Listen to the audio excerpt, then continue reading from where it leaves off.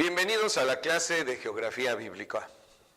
La necesidad de impartir esta materia se hace notoria al permitir al estudiante de la Biblia el ubicar los lugares que son mencionados en las Escrituras en relación con el relato bíblico, ampliando así la relación que guardan estos dos aspectos, la historia y la geografía. Por ejemplo, cuando David es perseguido por Saúl, probablemente el estudiante y lector de la Biblia se preguntará por qué Saúl, con tantos recursos, con tanta gente a su disposición, no fue capaz de poder aprender a David, de poder arrestarlo, de poder encontrarlo. La geografía nos da la respuesta, nos explica el por qué el rey Saúl no pudo encontrar a David en las tierras de Palestina.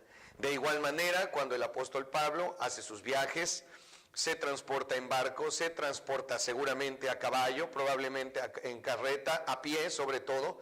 Notamos nosotros la importancia de la geografía bíblica para poder ubicar, por ejemplo, Galacia, Filipos, Éfeso, Corinto, hasta Roma misma. De tal manera que la escritura, en cuanto a la geografía bíblica, está intrínsecamente relacionada con la historia, de tal manera que la una se apoya en la otra y viceversa. Es importante también señalar que el ministerio del Señor Jesucristo estará estrictamente relacionado también con la geografía. Al notar y observar nosotros los mapas del ministerio del Señor Jesucristo, podremos notar el reducido espacio en el cual Él se movió. Reducido en relación no solamente a la Palestina misma, sino en relación a la geografía del continente asiático y del planeta mismo. Entender el Sermón del Monte, el Mar de Galilea, cada uno de estos aspectos será fundamental para el estudio de la geografía y la comprensión del relato bíblico. De esta forma, notamos que la geografía estará estrechamente relacionada con la historia. Mientras usted conozca más la historia de la Biblia, más fácil le será la geografía bíblica. De igual manera, mientras más comprenda usted la geografía bíblica, más fácil se le hará también la historia que se relata en la Biblia. Veamos el programa general. Observemos el programa general de la materia de geografía bíblica. En este momento aparece en su pantalla el programa general. No piense usted que por solamente tratarse de 6 puntos la materia será breve o será corta, porque al ir nosotros estudiando cada uno de estos puntos, verá y podrá usted darse cuenta de la extensión y la obra monumental que esto implica. En nuestra primera parte estaremos observando la introducción a la materia, donde el día de hoy estaremos observando las bases fundamentales de la geografía bíblica. Es decir, para poder acercarnos a la geografía bíblica, usted requerirá de un conocimiento básico, de unos cimientos elementales, para poder leer, comprender, acercarse con mayor confianza a un mapa bíblico. La segunda parte de nuestro programa general será Palestina. Se estará observando los principales aspectos donde el creyente debe rápidamente en un globo terráqueo o en un mapamundi poder ubicar rápidamente Palestina. Hay básicamente 2 elementos fundamentales para esto. El Mar Muerto, debido a su extensión y tamaño, y por otro lado la península del Sinaí. Estos 2 aspectos serán siempre un punto fundamental para la ubicación de la Palestina. En tercer lugar, estaremos observando la geografía de Palestina, es decir, de una manera más detallada, de una manera más específica, de una manera más amplia. Se le dará oportunidad al estudiante de identificar los rasgos fundamentales y específicos de la geografía de Palestina. En el punto número 4 estaremos estudiando las tierras del Antiguo Testamento. Y usted tal vez se pregunte qué problema o qué diferencia hay entre las tierras del Antiguo Testamento y las tierras del Nuevo Testamento. Básicamente tiene que ver con los mapas políticos, tiene que ver con las divisiones políticas. Por ejemplo, en tiempos de Abraham, la distribución y el acomodo político de la tierra del Antiguo Testamento era una, mientras que Daniel se va a enfrentar a una distribución diferente, a un mapa político totalmente diferente. Y en el caso del punto número 5, al ver las tierras del Nuevo Testamento, estaremos observando el acomodo político geográfico de la tierra donde el Señor Jesucristo predicó. Recordemos que los romanos tenían el control de Palestina, de lo que es conocido como Canaán, y el acomodo político era totalmente diferente al que le tocó a Abraham, al que le tocó a David mismo. También en cuanto a las tierras del Nuevo Testamento, estaremos observando un poco de los viajes del apóstol Pablo y extendiendo mucho más la amplitud de nuestro estudio geográfico. Finalmente, estaremos entrando al aspecto de la historia y la geografía bíblica correlacionada. Desde hace un instante le decía yo que la historia y la geografía están estrechamente unidas. Un río, por ejemplo, sin un acontecimiento histórico, sin un personaje bíblico, pues es solamente una corriente de agua. Pero cuando Juan el Bautista está en el río Jordán bautizando, entonces se adquiere una importancia geográfica, histórica, y eso es lo que estaremos correlacionando en el último aspecto del programa general. Empecemos en la introducción para nuestra materia de geografía bíblica. Le mencionaba hace unos instantes que hay una serie de fundamentos que se requieren, un conocimiento básico para poder acercarnos con confianza, para poder acercarnos con una idea de lo que es un mapa bíblico. En su pantalla ahora aparecen lo que son las reglas básicas para el entendimiento de los mapas. Como puede usted observar, se divide en 7 puntos principales. En el primer punto, las direcciones, es decir, el poder ubicarnos en el norte, el sur, el este, el oeste y las divisiones que a esto también competen. En el segundo caso, estaremos observando el contenido de los mapas, que tiene que ver con desde el título hasta todo lo que en el mapa uno puede identificar a simple vista. Luego iremos a cuestiones más específicas, como el caso del título del mapa en el número 3 y su importancia. En el número 4, las escalas, muy importante y fundamental, el que usted pueda saber que la mayoría de los mapas que estaremos nosotros estudiando, si no en su totalidad, serán mapas que se encuentren a escala, es decir, donde las medidas del mapa corresponden a las medidas de la realidad. En el punto número 5 estaremos observando los rasgos físicos de un mapa que tendría que ver con las montañas, la altitud, los valles, el clima, cuestiones estrictamente físicas. El punto número 6 trata de rasgos políticos, donde podremos observar cómo los diferentes gobiernos y las diferentes autoridades que se encontraban en los diferentes tiempos fueron marcando las divisiones políticas de diferentes maneras. Finalmente, estaremos observando un aspecto también muy importante, que es la latitud y la longitud, fundamentales para la ubicación de cualquier punto en la Tierra.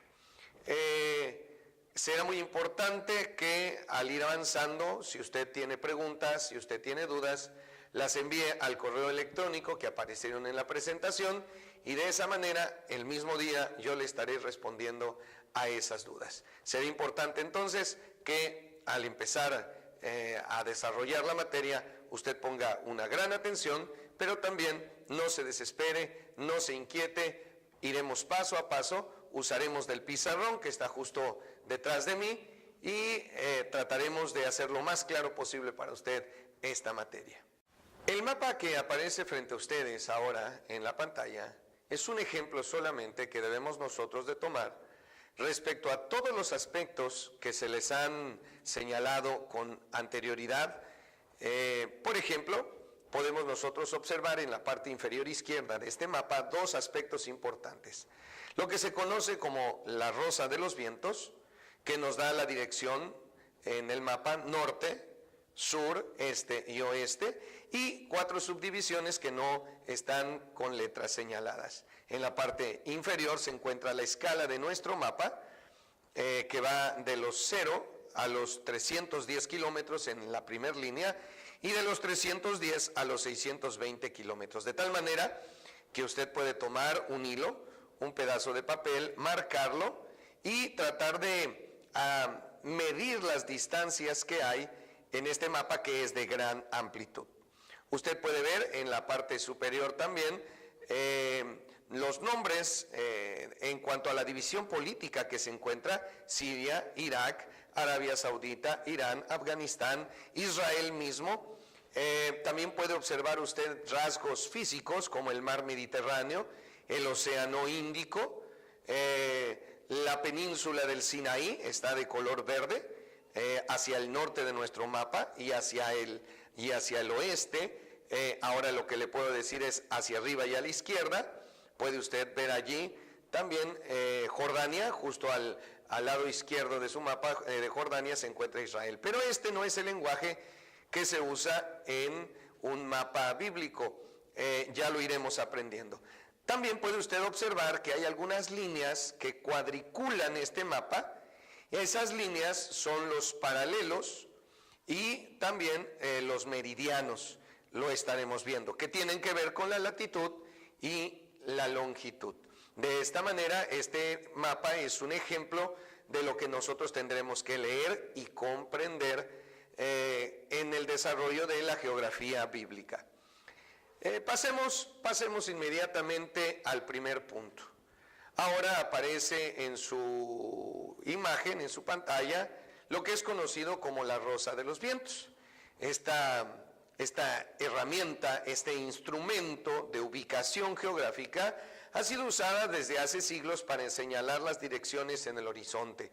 Su uso principal era en la navegación, aunque con una brújula podrá usted ubicarse rápidamente en la geografía para ubicar el norte. Observe usted esa imagen, ahora va a desaparecer, para llamar su atención en nuestro pizarrón. En el horizonte donde uno pueda estar parado, ya sea que esté uno parado o que pueda ver uno un mapa, siempre la Rosa de los Vientos señalará en la parte superior lo que es el norte, siempre en la parte superior. De hecho, si usted quiere ubicarse geográficamente sin una brújula, necesitará poder ubicar en qué dirección sale el sol. Cuando usted encuentre y sepa en qué dirección sale el sol, podrá usted extender sus brazos y su brazo derecho tendrá que apuntar hacia donde sale el sol.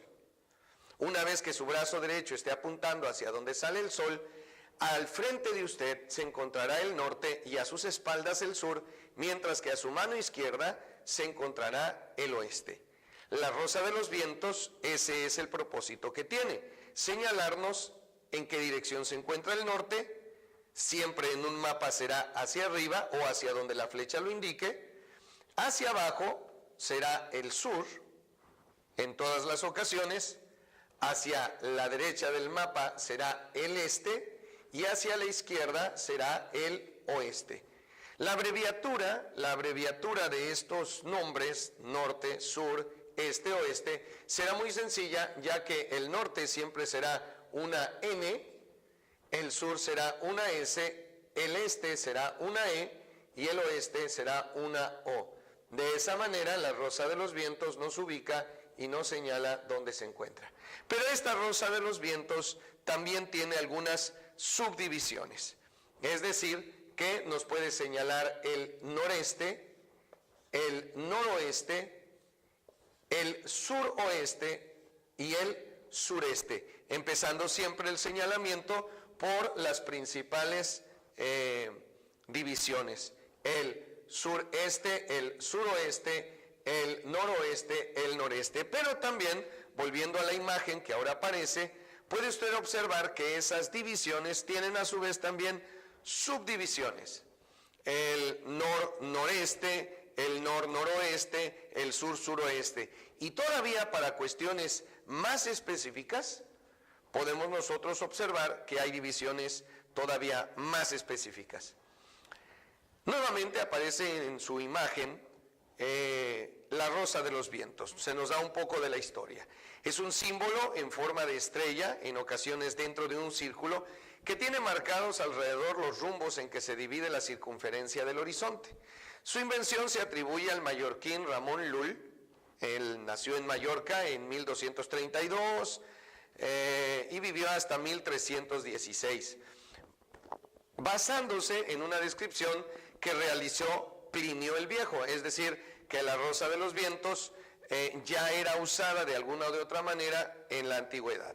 En esta imagen se observan los 4 puntos cardinales, los 4 rumbos laterales, mientras que en la imagen anterior podíamos observar también los rumbos colaterales, son 8, y finalmente existen los rumbos colaterales para cuestiones más específicas.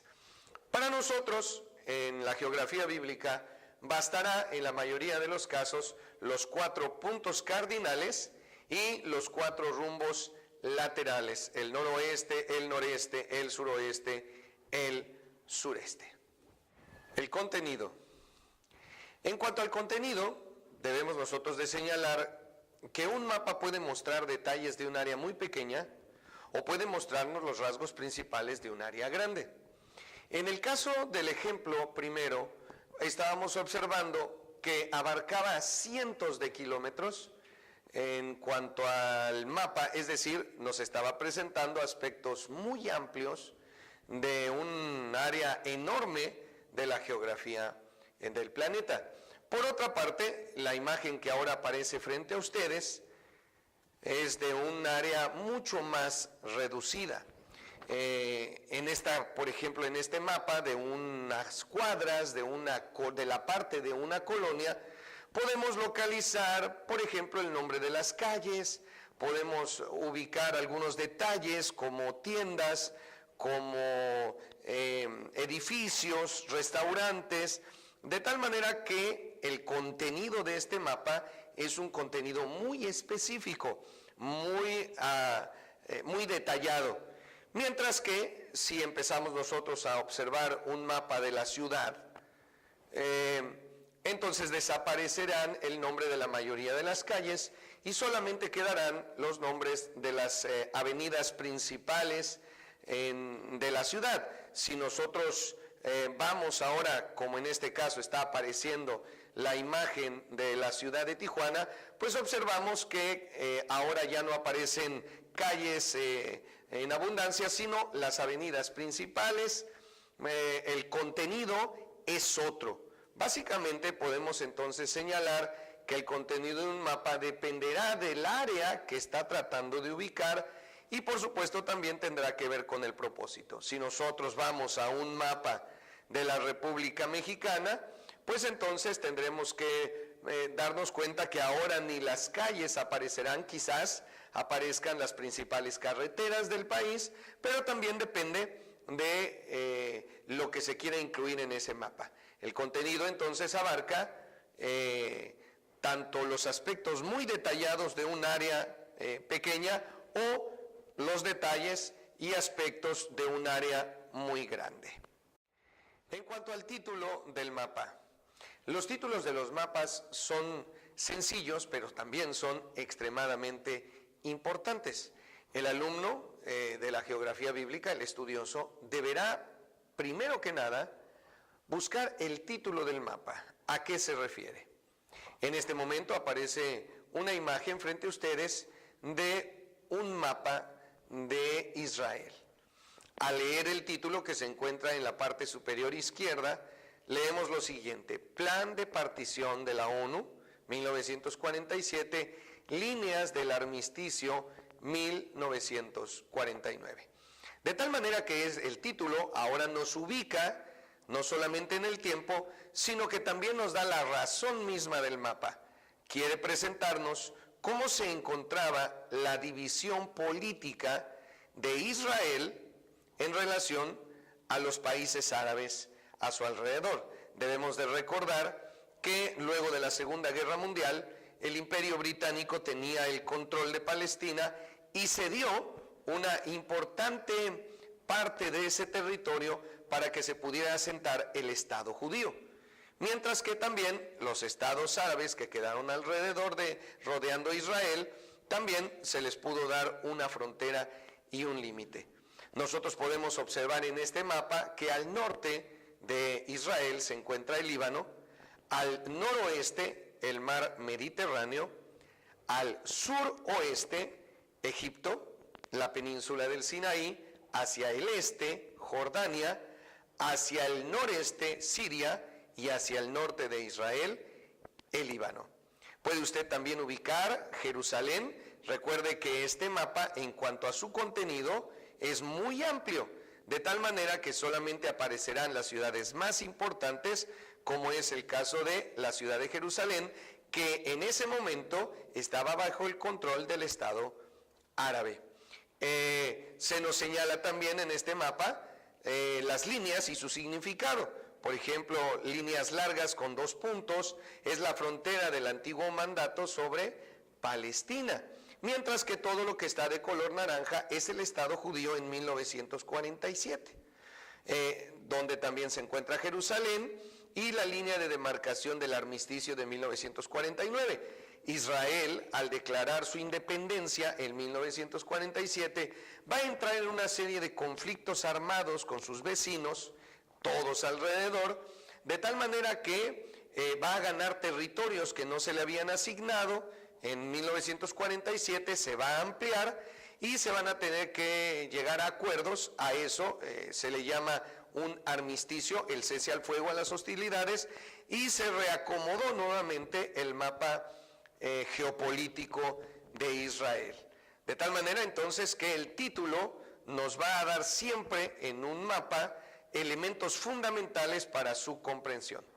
De la misma forma, señala aquí la lectura, se puede ver el Mar Muerto como una referencia prominente que debe aprender a identificar. Observe usted hacia el este de Jerusalén, hacia el sureste más específicamente, está señalado allí el Mar Muerto de color azul, y esa será siempre un punto que usted deberá de aprender a identificar. Usted puede tener una perspectiva, ¿verdad?, más amplia de cualquier mapa a partir del título, pero también en este caso específico necesitará usted de referencias fundamentales como será el Mar Muerto. Escalas. Es muy importante ahora para el alumno de la geografía bíblica poder leer las escalas en un mapa. Estas escalas, primero que nada, debemos señalar que pueden aparecer en kilómetros, 1000 metros, o pueden aparecer en millas. En las ocasiones en las cuales los mapas aparezcan las escalas en millas, todo lo que tendrá que hacer el estudiante será convertir las millas a kilómetros. Es muy sencillo. Usted deberá de multiplicar por 1.6 los kilómetros que aparezcan en el mapa. Es decir, que si hay 5 millas, usted tendrá que multiplicar 5 por 1.6 para que le pueda dar las medidas en kilómetros. Una milla, estrictamente, ¿verdad?, y de manera pues sencilla y para efectos prácticos, corresponde a 1.6 kilómetros.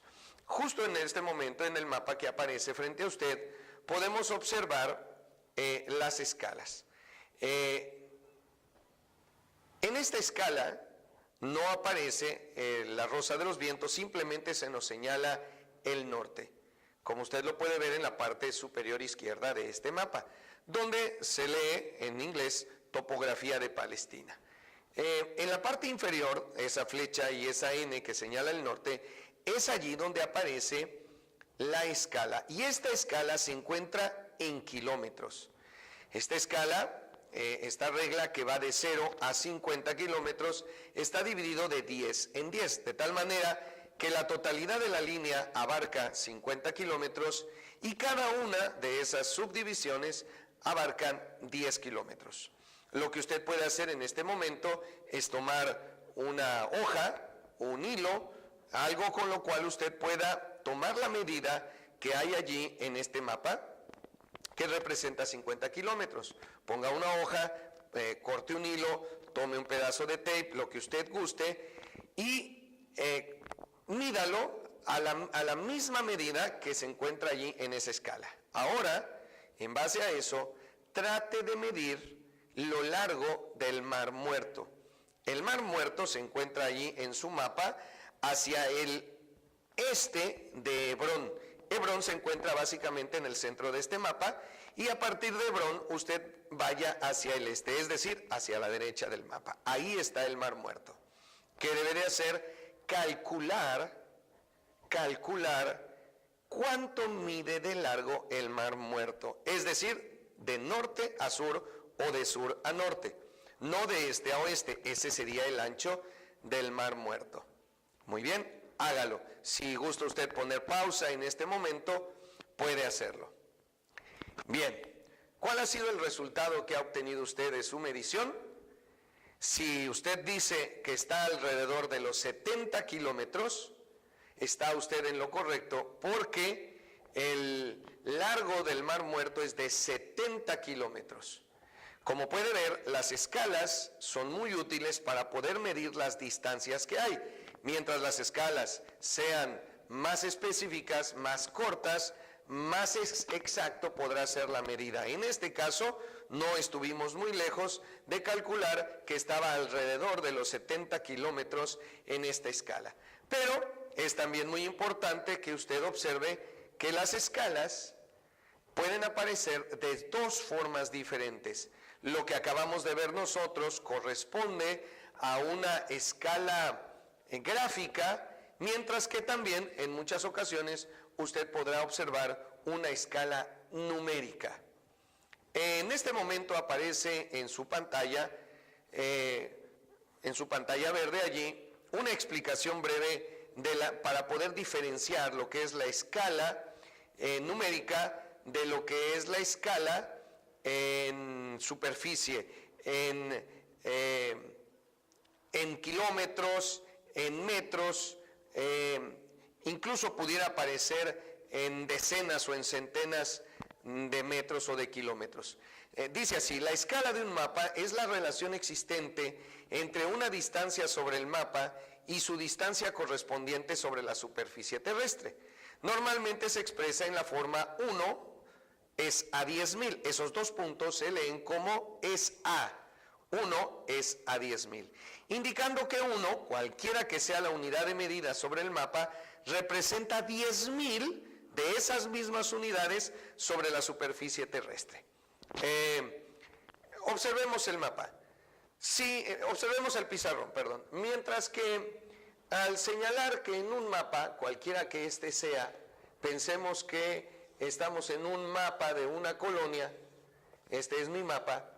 En cuanto a la escala numérica, 1 me dice que es 100. Muy bien, pero 1 es en este caso del mapa, 1 centímetro. De tal manera que 1 centímetro en mi mapa va a equivaler a 100 centímetros en la realidad. 100 centímetros en la realidad es 1 metro. De tal manera que 1 centímetro en mi mapa corresponderá a 1 metro en la realidad. 1 es a 100.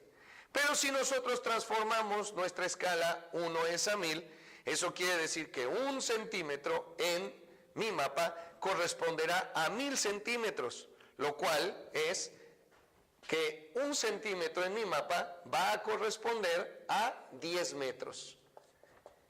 Eso en cuanto a la escala, en este caso, numérica. 1 centímetro equivaldrá a 10 metros. Habrá mapas donde podemos nosotros observar que 1 es a 10,000. Es decir, 1 centímetro, si esa es la escala, 1 centímetro corresponderá a 100 metros. O incluso 1 es a 100,000, donde 1 centímetro podrá equivaler a 1 kilómetro. Bien, volviendo a la pantalla verde en su imagen, en su pantalla, observamos entonces que la relación de escala 1 a 100.000 significa que una unidad de distancia sobre el mapa representa a 100.000 de esas mismas unidades de distancia sobre la Tierra. Así sucesivamente, ¿verdad? En un mapa a escala 1 es a 100.000, un centímetro del mapa equivale a 1 kilómetro en el suelo, porque 1 kilómetro tiene 100.000 centímetros. Como el rango de la escala es una constante, es válida en cualquiera de las unidades que se exprese la fracción. Rasgos físicos. Es también muy importante que el estudiante sepa identificar en un mapa los rasgos físicos. De hecho, en grande medida, los mapas tienen el propósito de presentarnos la geografía, los rasgos físicos del lugar que se está estudiando. En su pantalla aparece ahora una imagen con 3 mapas.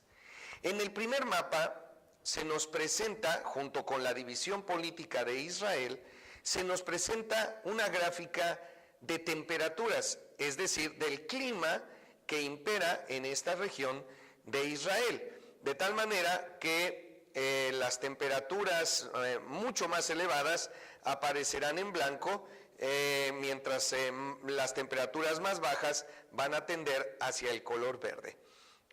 Podemos relacionar ese mapa también con la vegetación. El mapa central nos está presentando rasgos físicos de Israel, y podemos nosotros observar que la temperatura está estrechamente relacionada también con la vegetación, mientras que, por ejemplo, en el sur de Israel el terreno, la temperatura es muy elevada, son regiones desérticas.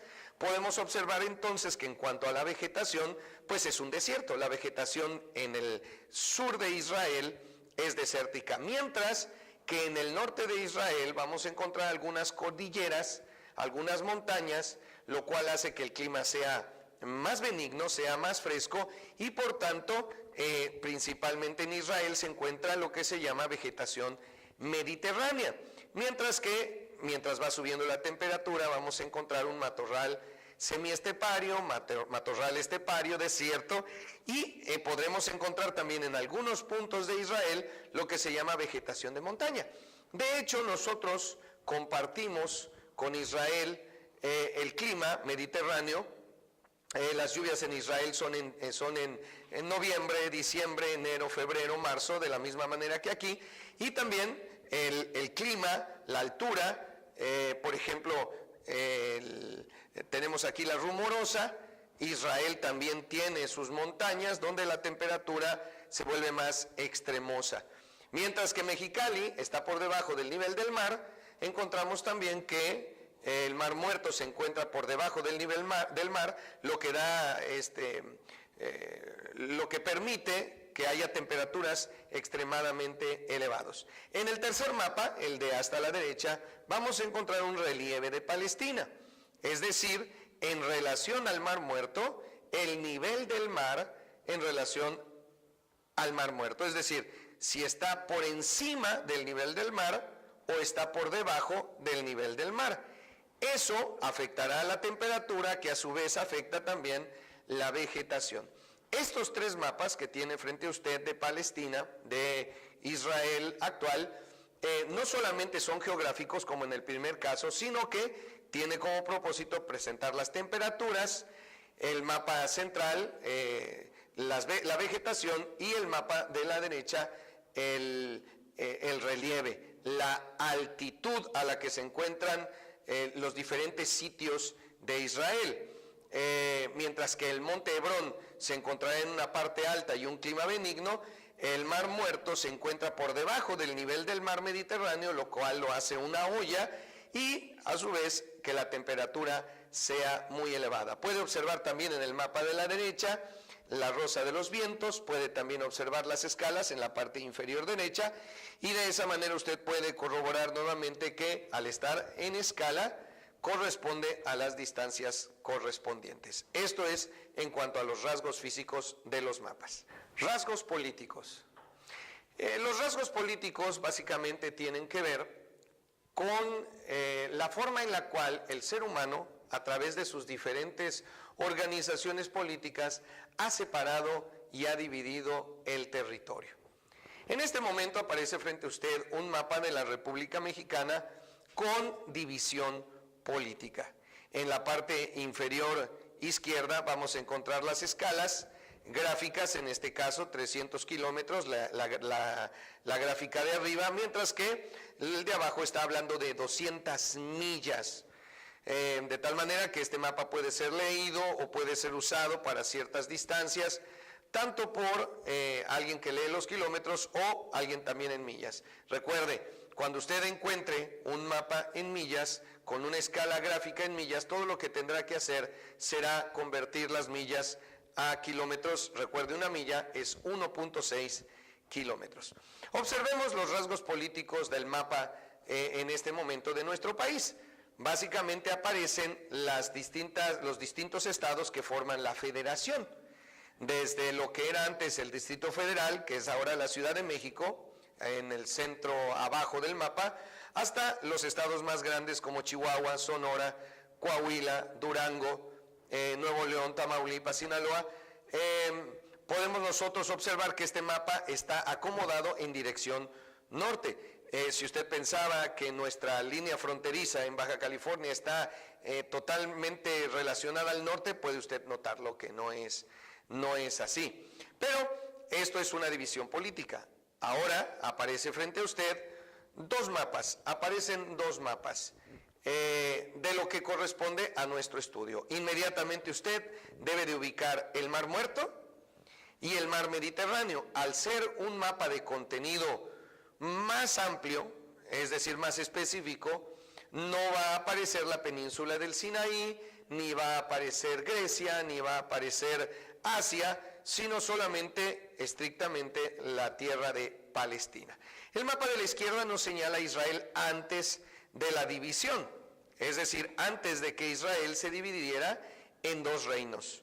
Puede usted observar las diferentes tribus del norte: Aser, Neftalí, Manasés; hacia el norte Zabulón, Isaacar, Gad, Manasés, Efraín, Rubén, Benjamín y Dan.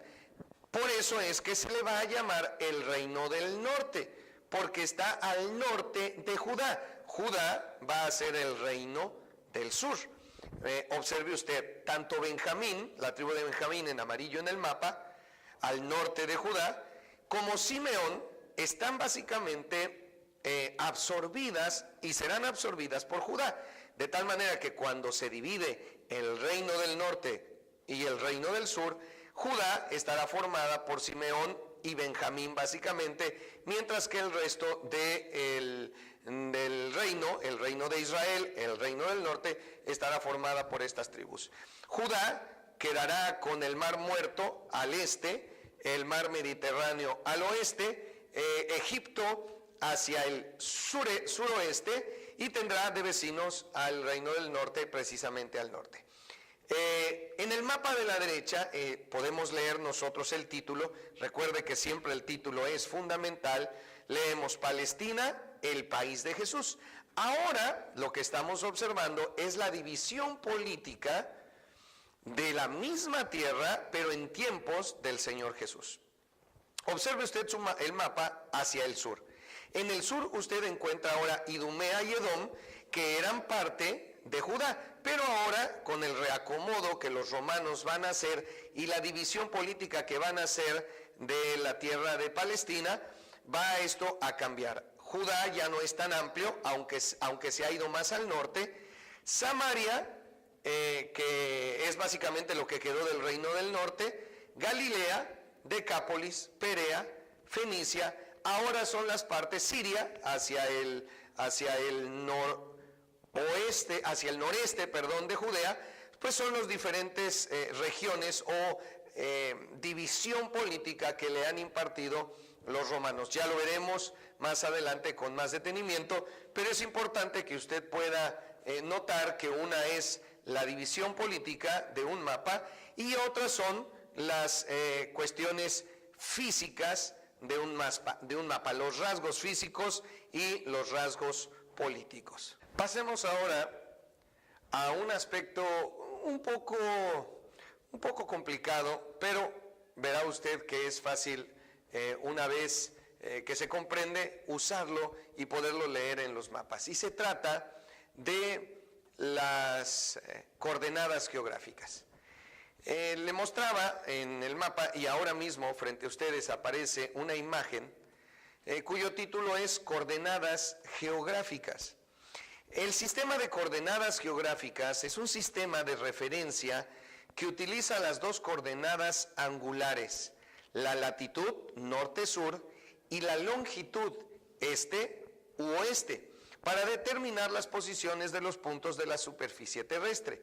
Estas dos coordenadas angulares, medidas desde el centro de la Tierra, son de un sistema de coordenadas esféricas que está alineado con su eje de rotación. Estas coordenadas se suelen expresar en grados sexagesimales. Deje explicarle aquí. Vamos aquí a nuestro pizarrón. Vamos a nuestro pizarrón. Empecemos por la latitud. La latitud en el mapa. Este es el globo terráqueo. Y se nos señala, en lo que antes le mencionaba, que todo va a partir del centro de la Tierra. Este círculo representa una esfera. La esfera que es la Tierra. Bueno, la Tierra sabemos es esférica, pero está aplanada en los polos. No es una esfera perfecta. Es más bien parecido a un huevo en los polos, tanto el norte como el sur. La latitud va a corresponder a dividir el planeta Tierra en líneas horizontales en relación al eje de la Tierra, es decir, hacia arriba vamos a encontrar el norte y hacia acá abajo el sur. Cuando dividimos una línea que parta completamente el planeta a la mitad, esta línea se llama el ecuador y corresponde a la latitud, es decir, va a dividir la Tierra en dos lados, el norte y el sur, el hemisferio norte y el hemisferio sur. Esta, a su vez, estará dividida en líneas, en otra serie de líneas,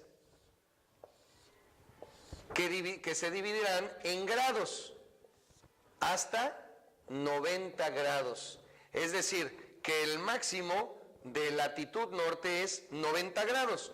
Los 90 grados son el polo norte. Y también se dividirá hacia el sur de la misma manera.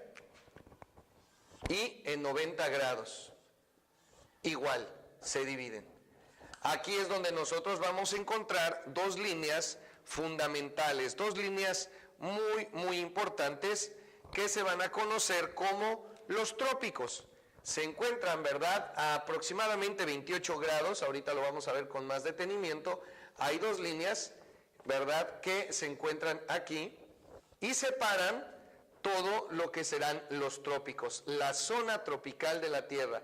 Y hacia el norte es el trópico de Cáncer y hacia el sur el trópico de Capricornio.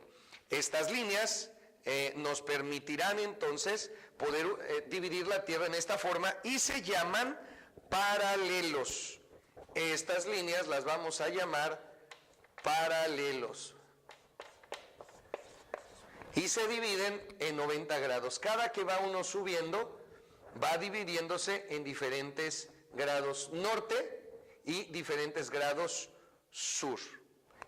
Volviendo al mapa que se les presentaba, la imagen que se les presentaba, observamos entonces las coordenadas geográficas. Veamos algunos detalles más de la latitud. Todos los puntos ubicados sobre el mismo paralelo tienen la misma latitud. Recuerde que un paralelo es ese círculo que divide la Tierra de manera horizontal. Aquellos que se encuentran al norte del Ecuador reciben la denominación norte, aquellos que se encuentran al sur del Ecuador reciben la denominación sur. Se mide de 0 a 90 grados. Al Ecuador le corresponde la latitud de 0 grados. Los polos norte y sur tienen latitud 90 grados norte y 90 grados sur respectivamente. Pasemos ahora a la longitud. Ahí mismo en su mapa usted observará la longitud. Estas líneas van a ir en sentido opuesto o perpendicular a la latitud.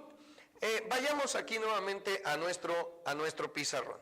Nuevamente tenemos un círculo que representa la Tierra y un punto que es el centro de la Tierra donde va a partir. Mientras que lo que conocemos como paralelos parten a la Tierra al centro, los meridianos o la longitud va a dividir a la Tierra al centro mismo. Es una línea, es un círculo que abarcará la Tierra ahora verticalmente, que correrá de norte a sur. A esta primer línea, o el meridiano cero, se le conoce como Greenwich, el meridiano de Greenwich. ¿Por qué? Bueno, pues porque los ingleses, ¿verdad?, se ha aceptado que Greenwich, en la ciudad de Londres, es la longitud cero. Qué tan largo, ¿verdad?, cómo está dividida la Tierra a lo largo, longitud, y pues son conocidos como meridianos. Y puesto que los ingleses fueron los que empezaron a poner orden en este sentido, bueno, pues Greenwich se le ha dado y se ha aceptado pues que sea el meridiano cero. Pudiera ser cualquier parte de la Tierra, pero se ha tomado Greenwich como este meridiano. Luego, esta misma línea irá corriendo alrededor del planeta Tierra, de tal manera que nosotros podamos dividir también en grados todo el planeta en meridianos. Hay algo muy importante que se debe de señalar. Tanto los meridianos como los paralelos, tanto los meridianos como los paralelos, se van a dividir en forma sexagesimal. Es decir, que la distancia entre estas dos líneas se va a dividir en 60 partes. Y la distancia que hay entre estas dos líneas se va a dividir también en 60 partes. Eso es división sexagesimal, que corresponde también a la manera en la cual está dividida los usos horarios. Es decir, una hora tiene 60 minutos, un minuto tiene 60 segundos. Es decir, que la división de las horas corresponde también de una forma sexagesimal. La distancia que hay entre un paralelo y otro, y entre un meridiano y otro, entre un meridiano y otro y un paralelo y otro, van a corresponder a 60 partes, de tal manera que podrán llamársele minutos. Esto sirve para poder ubicar un cuadrante en cualquier parte de la Tierra, y todavía al estar dividido en 60 partes, uno puede encontrar cualquier parte del planeta Tierra de una manera precisa y exacta, a través de los paralelos, son líneas paralelas que nunca se encuentran, y de los meridianos, que son una especie de círculos que dividen también la Tierra de esta manera. Ahora, volviendo a la imagen que aparece en su pantalla, podemos nosotros observar la longitud. La longitud irá en el meridiano cero, que es Greenwich, irá hacia el este, de tal manera que la longitud se medirá hacia el este hasta 180 grados, y al oeste también 180 grados. Déjeme explicarle. Volvamos acá al pizarrón. Tenemos aquí el centro. Mientras que la latitud o los paralelos son en esta relación formando un ángulo hasta 90 grados, es decir, en el norte. Es lo más que se pueden ir colocando estas líneas. Y estas líneas, ¿verdad?, forman un ángulo de 90 grados. Por eso es que solamente tenemos la latitud, ¿verdad?, la tenemos hasta 90 grados norte y 90 grados sur. Mientras que la longitud o los meridianos, observe por favor, Aquí nuevamente la Tierra, el centro. Y ahora tenemos aquí el meridiano de Greenwich. Habrá una línea que vaya de aquí a acá y estará dividida en un ángulo también, pero este ángulo ahora abarca hasta los 180 grados, porque irá de esta parte, irá de aquí hasta acá el ángulo. Todo este ángulo, este es el centro. Y un ángulo que va aquí hasta acá, deje ponerlo en forma horizontal. Si aquí está el centro y esta es una línea y esta es otra, este es un ángulo de 180 grados. Por eso es muy importante que notemos que mientras las líneas paralelas, los paralelos, ¿verdad? Serán de 90 grados, los meridianos, la longitud, alcanzará 180 grados y que irá hacia el este y que irá también hacia el oeste. De tal manera que si uno se mueve en esta dirección, pensaremos en grados este, y si uno se mueve en esta dirección, pensará uno en grados oeste. Volvamos a la imagen. Aquí observamos ahora en la longitud los meridianos, mientras que en la latitud son los paralelos, y de esa manera la Tierra queda perfectamente cuadriculada, dividida en sectores, en secciones, que pueden ser claramente identificables.